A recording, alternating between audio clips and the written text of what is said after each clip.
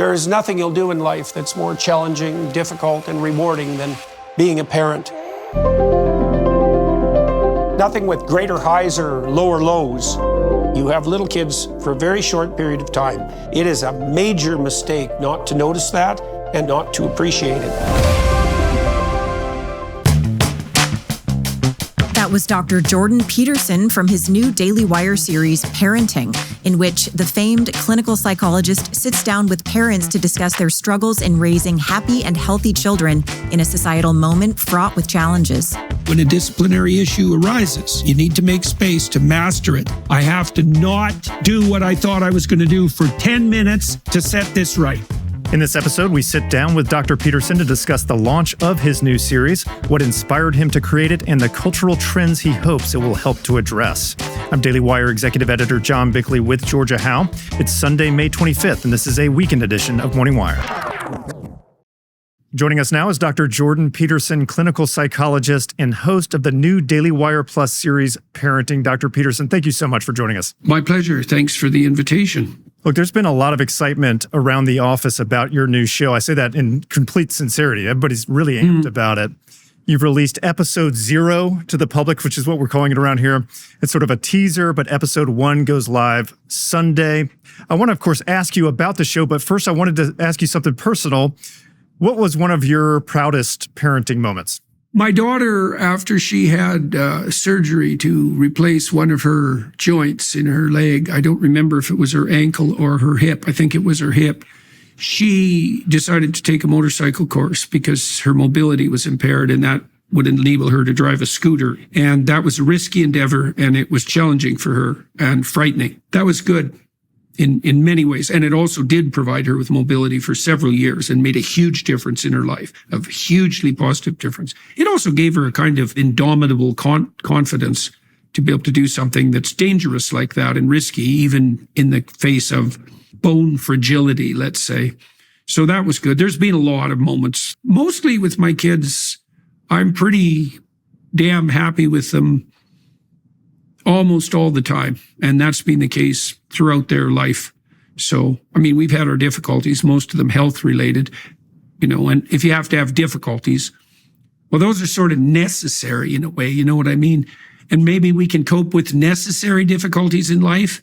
I don't know how well we cope with unnecessary difficulties. That's an interesting distinction. Yeah, a lot of maybe resentment or self-consciousness when it's unnecessary. A lot of stuff that we bring on ourselves, maybe that adds another wrinkle and complexity there. Oh, yeah. Yeah. Well, it does. It really does, and life has enough instability, let's say, and uncertainty without adding the additional overlay of unnecessary suffering and stupidity. Unnecessary suffering is really hard on people, and so I suppose because there's an element of moral culpability to it that isn't there with an illness, that's a rough division. And I mean, one of the things that I'm trying to help parents be confident in is their moral right to parent, their moral right to run the household in a manner that brings peace and abundance, their obligation to do that. We're afraid of our children in the Western world.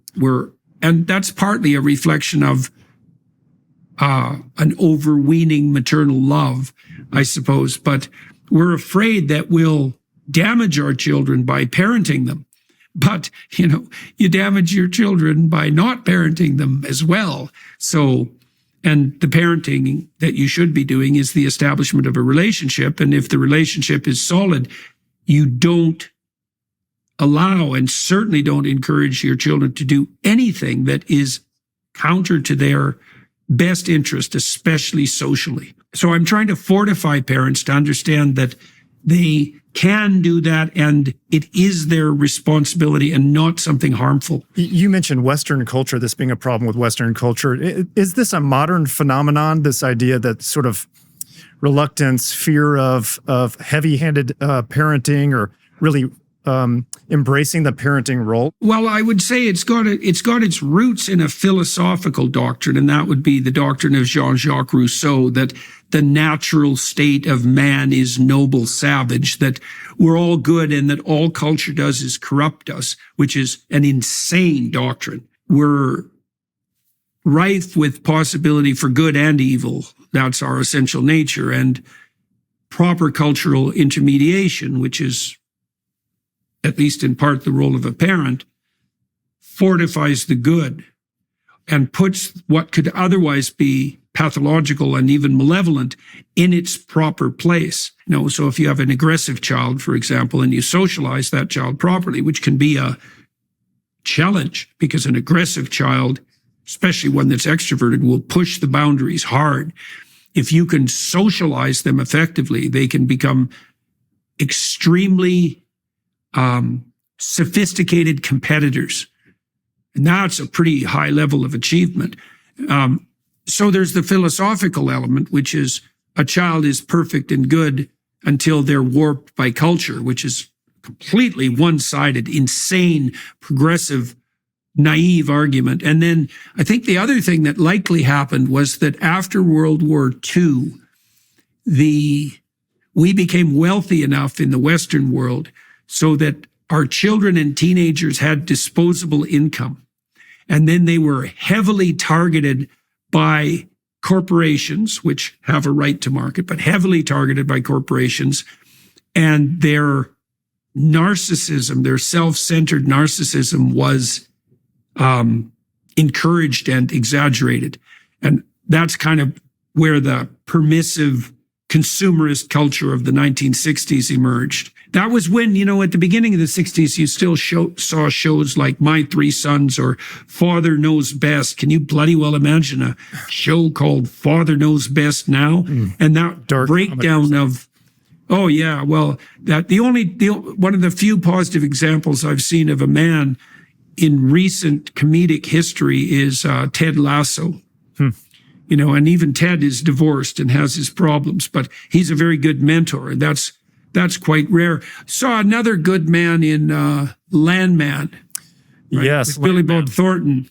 Yeah. And so that's more of dramatic. And so some of that's starting to make a comeback, but a lot of that dissolved in the hyper-permissive 60s. And all that 60s culture, including its progressivism, was a form of politicized immaturity and a mindless hedonism.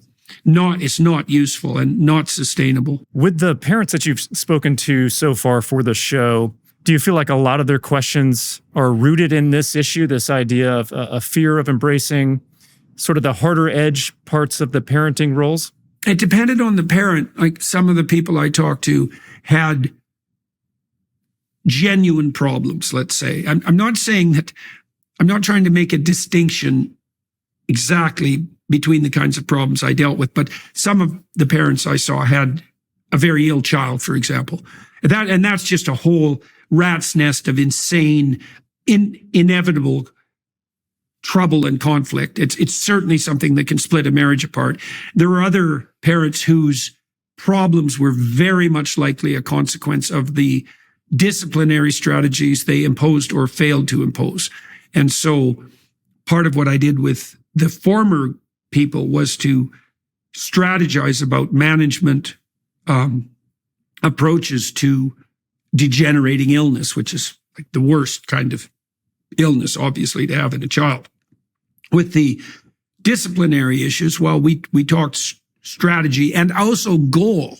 You want to have a sense in your household of how you would want the relationships and the household to operate. You need a vision of that. And that's what allows you to detect deviations from that.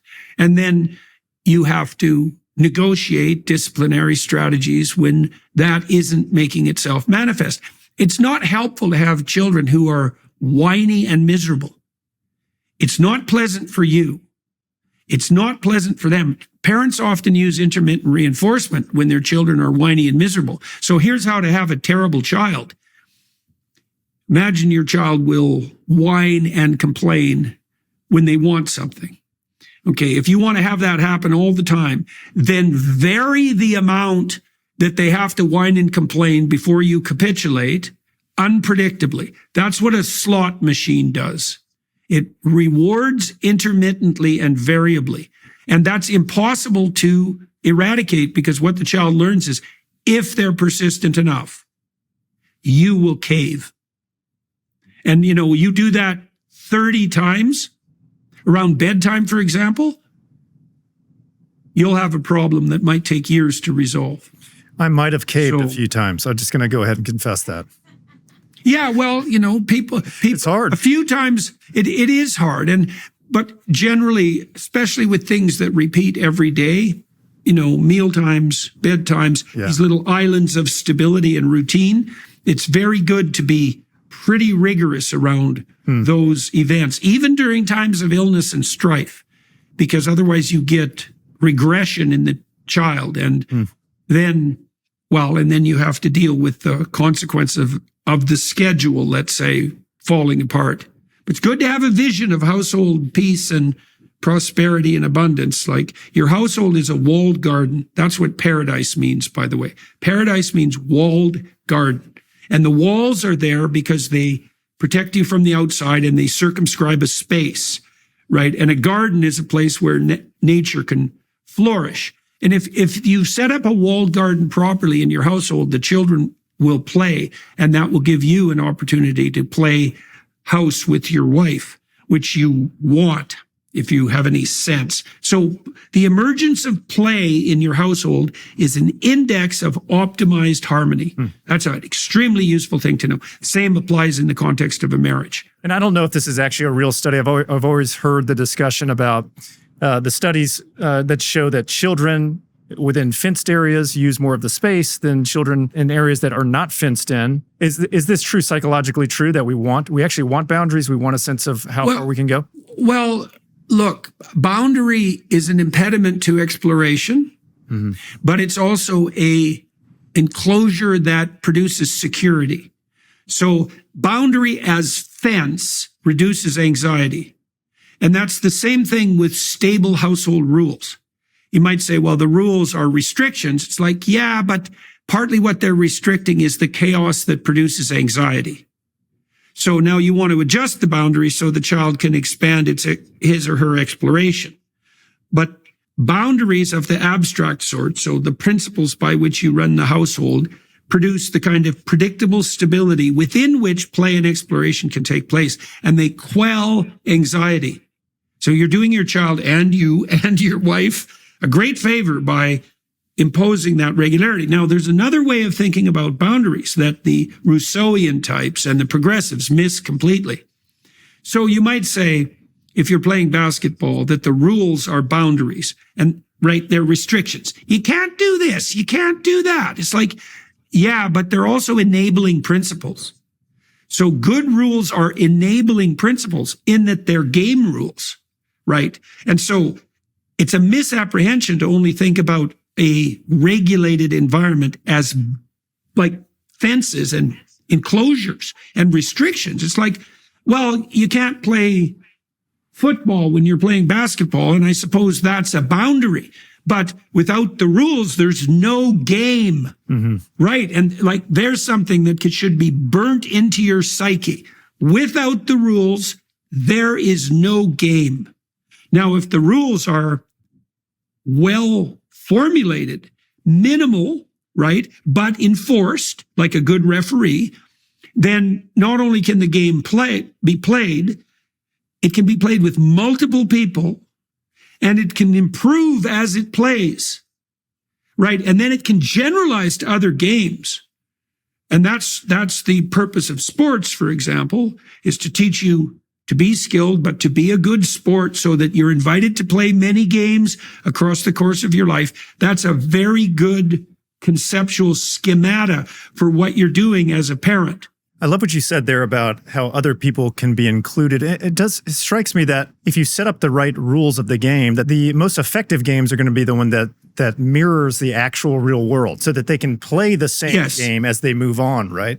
So what does that look 100%. like? What are the kinds of things that you see that are actually weaknesses in a lot of parenting approaches? Well, I think you actually put your finger on it. Like, your role as a parent, there's two that are fundamental. One is to encourage your child to be maximally socially acceptable. And you want to have that more or less in place by the age of 4, or there'll be trouble and it'll be severe and it will be hard to fix. And then your household should be a proxy for the real world, which means that it's your responsibility as a parent to encourage behavior in the household that would translate well to the real world. So your children roughly should conduct themselves at mealtimes as they would conduct themselves in the house of a potentially welcoming stranger or a restaurant. Now maybe that's a little bit too high a bar for the typical domestic meal, but I don't know. Do you want to raise barbarians who aren't welcome wherever they go? We had children come over to our house at one point. Their parents were they're very permissive and were tyrants because of it. These kids were quite young. They had to follow the kids around every second in our household because they couldn't be trusted not to destroy something. My kids at that point, they knew what they could play with and what they couldn't. And so I could just leave them be. They had maximal freedom because they'd mastered a few simple rules. When we sat down to dinner, the children immediately ate all the centers out of the bread bowl. It's like, well, we didn't invite them back. Right. And now you got to think about what that means. It means that their poor disciplinary interventions, which were based on either lack of skill or lack of courage, made their children socially undesirable. Right? That's a terrible thing to allow to have happen because, look, most people, terrible consequences, because that means that when the children go out, they face disapproval and frowns that are often hidden behind a mask. And so that's their world. Vaguely disapproving people who don't want them around for reasons they don't exactly understand. Jesus, that's awful. That's awful. And so you're a proxy for the world as a parent. And so you want to be stringent about what you encourage your children to manifest and what you bring under control. And you can, if you're aware of that, that's your responsibility. You can do that. A final question here. I know we're going to wrap up. For the series, what are you hoping parents get out of this series? What's your ultimate goal here? Well, I hope they, first of all, see that the problems that they're having are shared by many people, right? And that they're real, and that there are solutions, and that the series describes some of the actual solutions, but it also describes the process by which solutions to many problems can be generated, which is even more useful. How do you identify a problem in the household? Well, something that's disruptive occurs with regularity. Here's another take. People often focus their attention on the exceptional happenings in their life. Christmas or vacation, some special occasion. But your life is what repeats. So I've had clients, for example, who had a war with their child for 25 minutes every night when they put them to bed for like 5 years. Well, that's their whole relationship. So it repeats every day. You want to get everything that repeats every day right. Wow. Smooth functioning, right? Because that's your life. One of the things you can do with your wife, for example, is negotiate how you greet each other when you come home. Because you come home likely every day or even several times every day.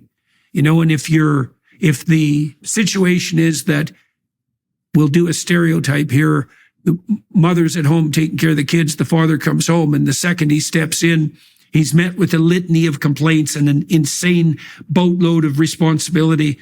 That's a pathway to associating home with resentment forever, right? Figure it out. It's like, how do you make the transition? Because you do it every day. You can do the math. Maybe you come home, there's the transition to come home, let's call that 20 minutes a day. So that's 120 minutes a week. That's 2 hours a week. That's 8 hours a month. So that's a work day a year. That's 12 work days a year. That's the amount of time you're spending. Half a month of days coming home. Right. Okay. So half a month, you get 24 of those things right. 24. That's all. Your life is in order. Wow. Yeah. Arithmetic, man. It's very useful. One of the things, of course, this is what you do, but bringing our minds into our parenting in a more strategic way. I think a lot of people parent by emotion, and that's part of it. But it's good to hear this sort of stepping back and looking, thinking, what are the trends? How does this turn out over time? Repeated, like you say, every single day. Every single day, man. Huge. It's a huge impact. Well, and you want to think, it's like, okay, what relationship do I want with my children? This is a lifelong relationship. Your children want more than anything to have the best relationship with you than anyone has ever had in their life. That's what they're offering. And you could have that. And then you could think about what that would mean over the whole course of your life, right into your old age. And then you could think, okay, I'm going to start running my household on that principle today. And I'm going to be stringent about it because I want this to work, right? I want the world to open up to my kids. I want them to want to be around me when they leave and become adults. I want to see my grandkids. I want the household to thrive, and then having established that aim and thought it through, well, then you can detect deviations and negotiate with your wife and your kids to course correct. And your kids will love that. Like, the kids will push against interventionist attention, let's say, but that's mostly to test it. One of the things we learned with my son in particular, who was a more assertive and competitive person in some ways, especially when he was young, than my daughter, who was a very easy child until she became ill. Julian would start to fray at the edges because he was a pushy little rat. And my wife and I would get together and say, okay, that kid, he's starting to fray a bit. So 2 weeks, he's not getting away with anything, right? And so we'd link arms and vow to be a united front. And every single time, it was quite shocking because I didn't really realize this would happen.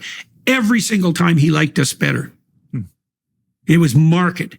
He thrived with that attention, because that discriminating attention that's the capital that you offer your children. There's nothing they want more than your attention, your differentiated attention. And so use it for the good. And you say this in your sort of teaser episode. I mean, what an honor to have that role, to embrace it. It's hard, but in the end, so rewarding, just like you really convey in your series. Dr. Peterson, thank you so much for joining us. My pleasure. Thanks very much for the invitation and the opportunity. That was Dr. Jordan Peterson, and talking about his new Daily Wire series, Parenting, and this has been a weekend edition of Morning Wire.